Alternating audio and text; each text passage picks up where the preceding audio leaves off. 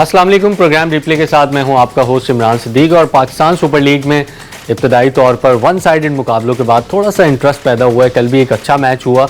गो के कराची किंग्स जो है वो वन साइडेड जीत रही थी, लेकिन आखिर में कोयटा ने कमबैक किया और ज़बरदस्त बॉलिंग करते हुए कराची किंग्स के खिलाफ सिर्फ 5 रन से उन्होंने कामयाबी हासिल की।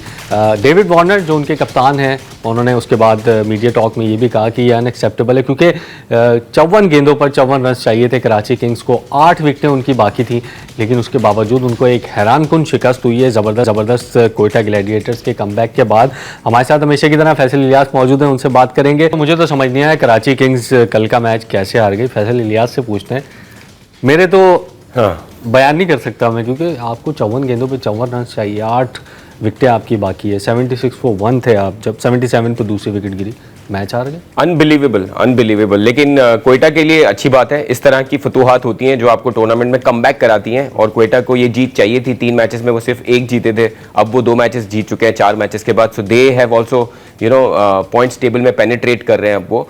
लेकिन अगेन बिल्कुल सही बात है, अनबिलीवेबल था। और जैसे डेविड वार्नर ने कहा भी कि अनएक्सेप्टेबल भी है from Karachi team point of view कि आप 54 रन 54 बॉल्स पे चाहिए और आपके पास शान मसूद जैसे सीनियर प्लेयर और टिम साइफर्ट क्रीज पे खड़े हुए थे, जिन्होंने अननेसेसरीली शॉट मारा उन्होंने लॉन्ग ऑन पे और वो आउट हुए, जो समझ से बाहर था। उस वक्त आपको रन बॉल चाहिए था।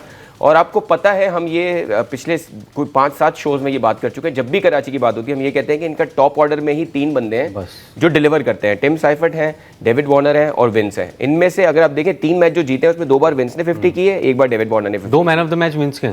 सो उसके बगैर ये पूरे नहीं करते। लेकिन देखें, एक शर्मनाक चीज़ ये है कि पाकिस्तानी प्लेयर्स, कराची जैसे शहर की टीम जिसने सईद अनवर जैसा, राशिद लतीफ़ जैसा, जावेद मियादाद जैसा प्लेयर दिया है, वहां पे एक प्लेयर ऐसा नहीं है जो 54 पे 54 करवा सके। मतलब मैं सरप्राइज विकेट पे सर्वाइव करना जिस तरह शान मसूद ने बैटिंग की है।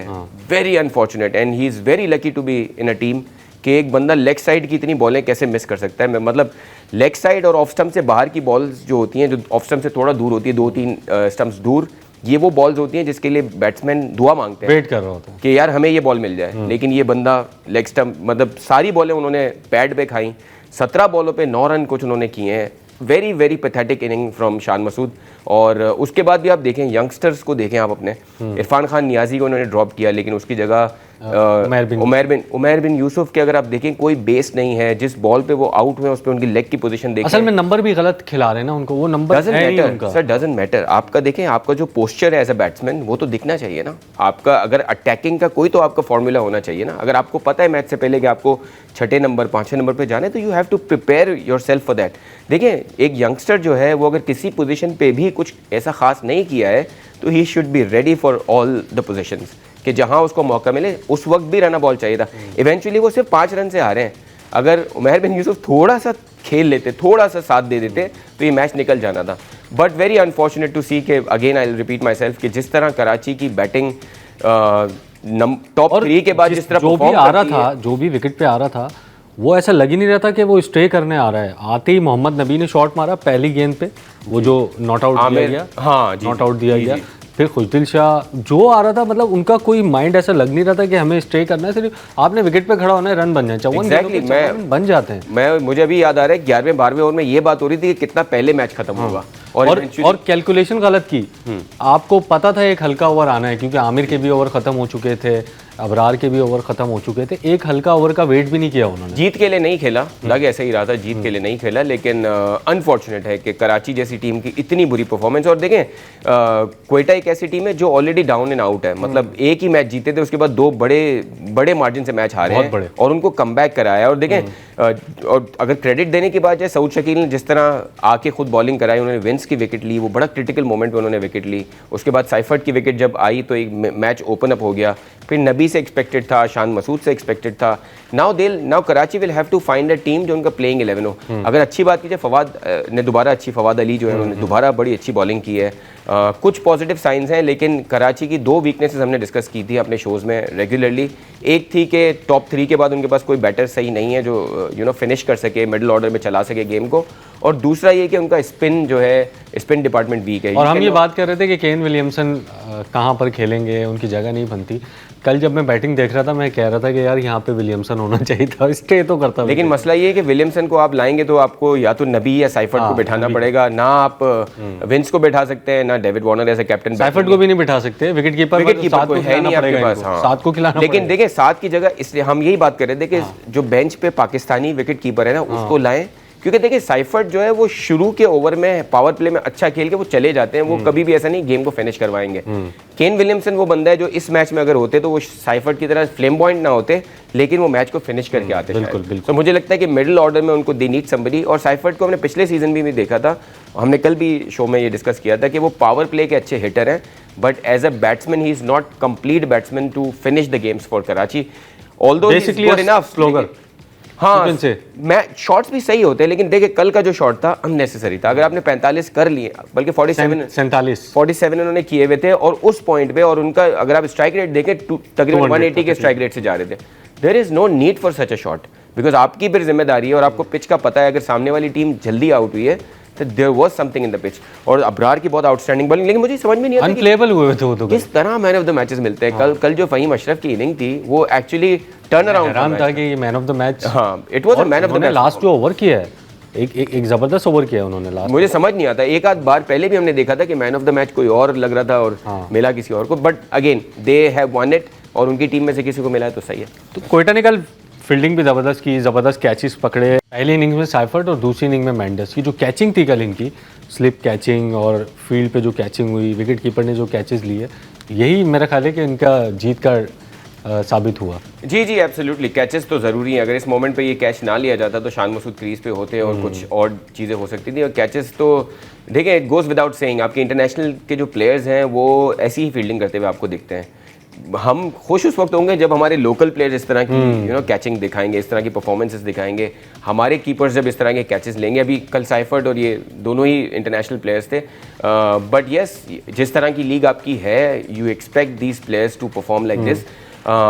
लेकिन अब देखना होगा कि कराची यहाँ से किस तरह कमबैक करता है और क्वेटा इस मोमेंटम को लेके कैसे चलता है। बिकॉज अब लगता है कि क्वेटा जिस तरह उन्होंने खुरम शहजाद को शुरू में रन पड़े, फिर जिस तरह यूटिलाइज किया उनको सऊद शकील ने, ये सारे पॉजिटिव। अच्छा, देखने में थोड़ा सा मज़ा भी आ रहा है जब बॉलर्स के लिए पिच में कुछ होना तो मैच देखने का थोड़ा सा मज़ा भी आता है। अब मुझे मैं अपना पर्सनल दे रहा हूँ कि मुझे मज़ा नहीं आता कि एक पिच है, बॉलर आ रहा है, छक्का पड़ रहा है, 240 रन बन रहे हैं, दोनों के लिए कुछ ना कुछ हो तो मज़ा आता है मैच देखने में। एब्सोल्युटली, बहुत सारे लोग क्रिटिसाइज करेंगे कि हमें बैटिंग फ्रेंडली चाहिए, लेकिन जिस तरह की पिचेस बनी हैं कराची में, एक आध अगर मैच को आप छोड़ दें, जब 2 मैचेस अच्छे हुए हैं, बिल्कुल ही अनप्लेबल था, बड़ी बड़ी टर्न। उसके अलावा देखें आप मुल्तान की पिच, लाहौर की पिचेस, कराची की मेजॉरिटी ऑफ द मैचेस जो है अच्छे हुए हैं, जहां अगर आप अच्छी बॉल करा रहे हैं तो you will get the results. अगर आप अच्छी बैटिंग करते हैं, कल भी अगर आप देखें, अगर सही तरीके से सिंगल डबल किए जाते 10 ओवर के बाद तो ये कराची का मैच था। लेकिन अगेन पिच ऐसी थी कि अगर सामने बैटिंग साइड गलती करे और फील्डिंग साइड अच्छी बॉलिंग और अच्छी फील्डिंग करे तो द रिजल्ट कुड चेंज। तो ये एक तरह से एक्साइटिंग मैच था, because way down the Karachi innings ये लग रहा था कि कराची ने जीतना है, लेकिन eventually Karachi lost the game. बिल्कुल, और अनबिलीवेबल था कैसे हारे, उस पर हमने बात की। प्रोग्राम में वक्त हुआ ब्रेक का, ब्रेक के बाद वापस आकर डिस्कशन जारी रखेंगे।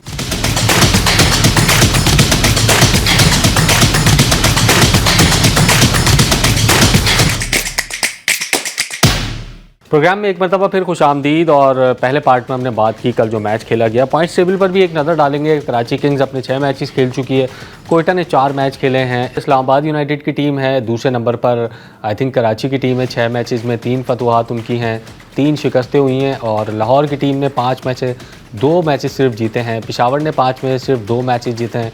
कोयटा ने 4 में से 2 मैचेस जीते हैं, जबकि मुल्तान सुल्तान जो कि शदीद मुश्किलात से 2-4 है, 5 में से सिर्फ 1 कामयाबी हासिल की। और छठा मैच आज मुल्तान सुल्तान की टीम लाहौर कलंदर्स के ख़िलाफ़ खेलेगी। तो आज भी फैसल बड़ा दिलचस्प मैच है और दोनों ही टीमें चाहेंगी कि, क्योंकि अगर लाहौर हारता है तो लाहौर भी नीचे आएगा, मुल्तान अगर हारता है तो उनके चांसेस और जो है वो प्ले ऑफ में जाने के कम हो जाएंगे। और गुज़िश्ता 2-3 साल से हमने देखा मुल्तान की टीम बड़ा अच्छा परफॉर्म करते हुए आ रही है। बड़ा सरप्राइजिंग है कि इस तरह से परफॉर्म कर रही है। यस, अगर देखा जाए तो सबसे ज़्यादा प्रॉब्लम्स जो इस PSL में फेस किए हैं वो मुल्तान ने किए हैं, जो हाईली अनएक्सपेक्टेड था।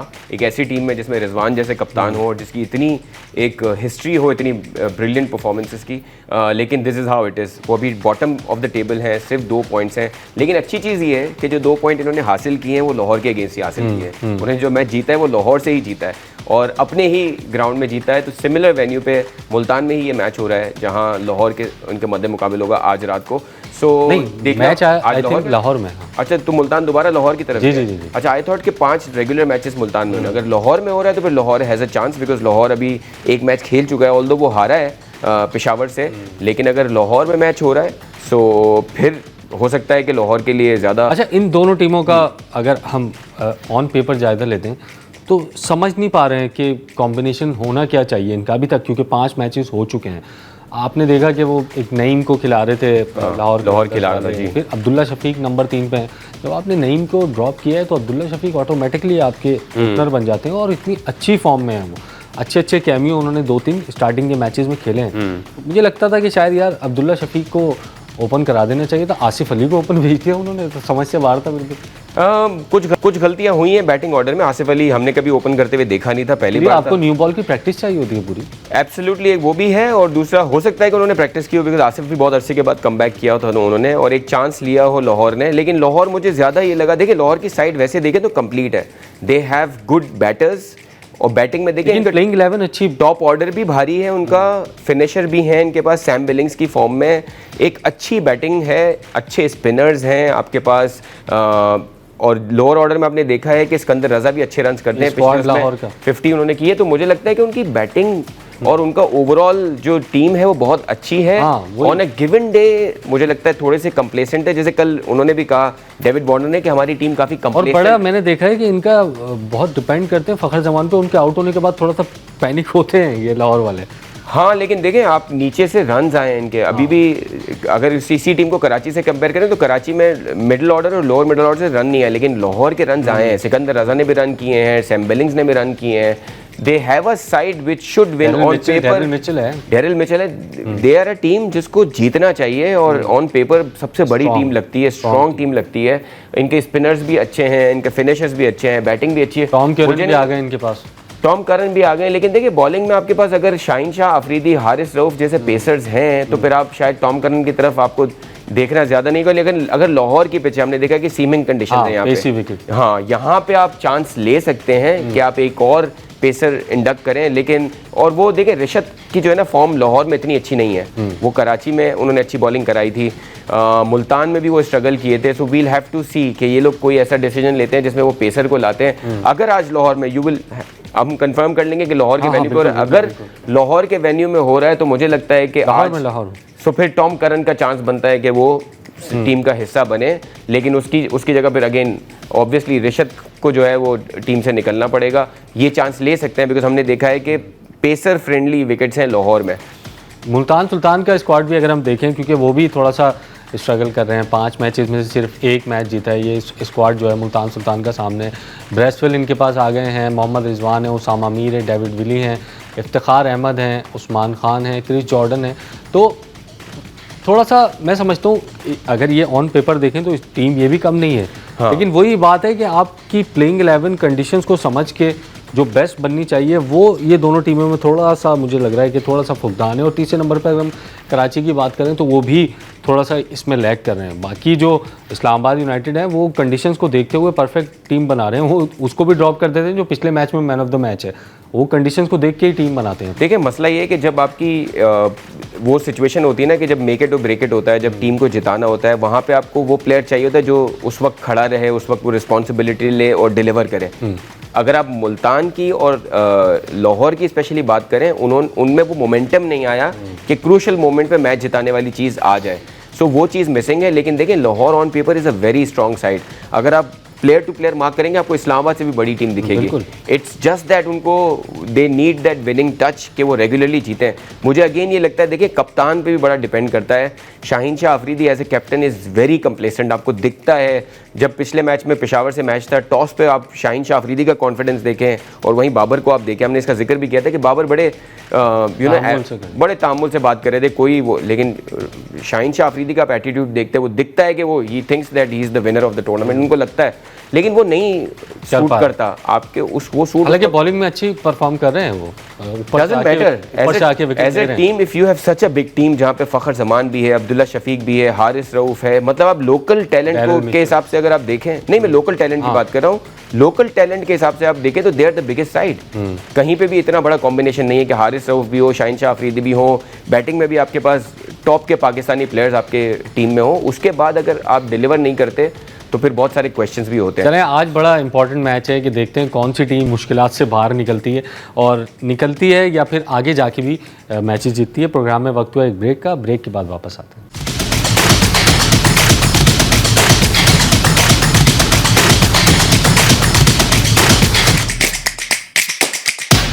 प्रोग्राम में एक मरतबा फिर खुश आमदीद। और भारत में जो कुछ हुआ पहलगाम अटैक के बाद, उस पर बड़ी बातें हो रही हैं कि पाकिस्तान को नहीं भारत को जो है वो पाकिस्तान से नहीं खेलना चाहिए, आईसीसी इवेंट्स में भी नहीं खेलना चाहिए।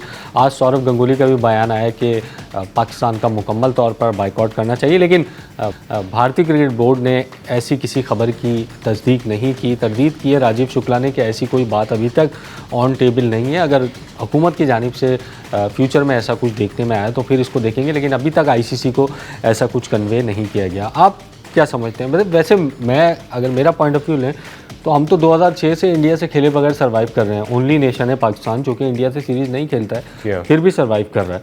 लेकिन वो समझते हैं कि शायद आईसीसी इवेंट्स में हम उनसे नहीं खेलेंगे तो हमारी क्रिकेट ख़त्म हो जाएगी। देखिए, इंडिया जो हिस्टोरिकली हम चीज़ें देखते हैं, इंडिया की कोशिश तो यही थी कि हमारी क्रिकेट ख़त्म हो जाए, कर नहीं पा रहे।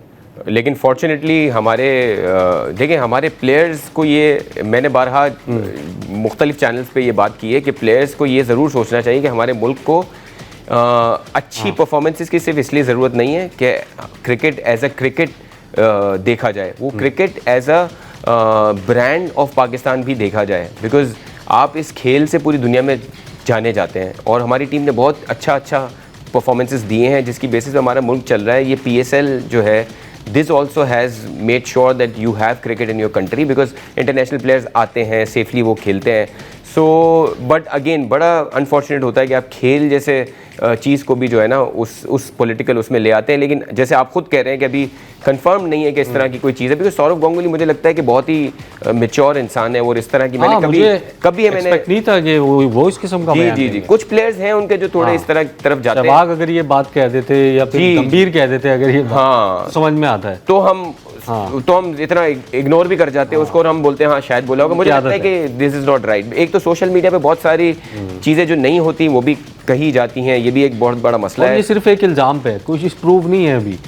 एब्सोल्युटली, हम उस तरफ तो जा ही नहीं रहे कि वो क्या है, बिकॉज वो एक इतना कॉम्प्लिकेटेड मसला है, उस पर हम जितनी डिबेट करें it doesn't make sense, because हम तो क्रिकेट की बात करेंगे। लेकिन as a cricketer Sourav Ganguly को जितना हमने सुना है, जितना हमने उनको पढ़ा है और जितनी उन्होंने क्रिकेट खेली है, इस तरह के स्टेटमेंट्स उन्होंने कभी नहीं दिए हैं और उन्होंने हमेशा पाकिस्तान के बारे में अभी अच्छे ख्यालात जी अभी एक वेब सीरीज़ अगर आपने देखी हो रिसेंटली जिसमें सौरव गांगुली का बहुत सारा पार्ट है, उसमें एक OTT प्लेटफॉर्म पे एक सीरीज़ है, मैं उसका नाम नहीं ले रहा बिकॉज ऑफ द चैनल, उसमें अगर आप देखें तो काफ़ी फ्रेंडली है। उसमें सहवाग ने भी बहुत सारी बातें की हैं।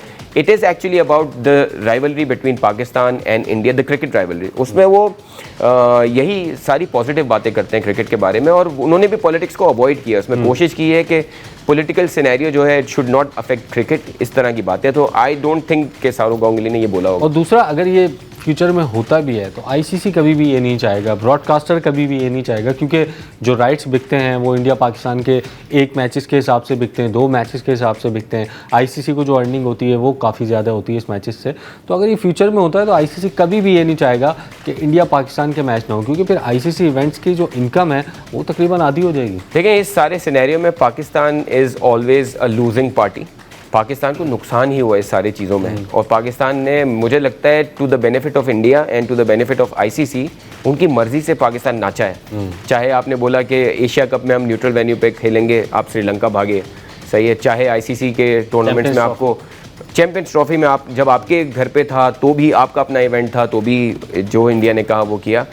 अगर इंडिया इस तरफ जाता है वर्स्ट केस सिनेरियो में, तो I think it's only India to lose, because हम तो already 80-90% of everything we are losing. उसके बाद अब जो 10-20% रह गया है, उसके बाद इंडिया ने लूज करना है। अगर आईसीसी इवेंट में पाकिस्तान इंडिया नहीं खेलेंगे, आईसीसी की इनकम का 38% जो है वो इंडिया को जाता है, तो इंडिया का इसमें बड़ा नुकसान होगा, दीगर मुल्कों का जो है वो पाकिस्तान तौर पर छोटा नुकसान होगा। प्रोग्राम में वक्त तो ब्रेक के बाद वापस आकर डिस्कशन जारी रखेंगे।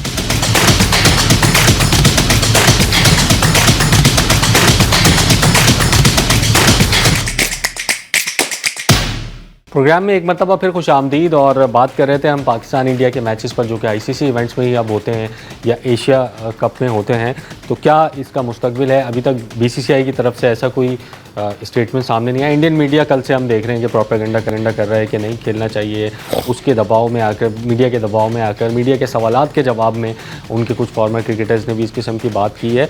तो क्रिकेट में वैसे ही राइवलरी है नहीं कोई, फुटबॉल में तो हम देखते हैं कि बहुत सारी राइवलरीज हैं, अच्छे मैचेस देखने को मिलते हैं। आईसीसी इवेंट्स में आपके पास मैचेस कितने होते हैं? 2-4 मैचेस होते हैं जो अच्छे होते हैं, इंडिया ऑस्ट्रेलिया कर लें या इंडिया पाकिस्तान कर लें। ये मैचेस भी अगर ख़त्म होंगे तो फिर आईसीसी इवेंट्स को मतलब बिल्कुल ही कलरफुल नहीं रहेगा बिल्कुल ही।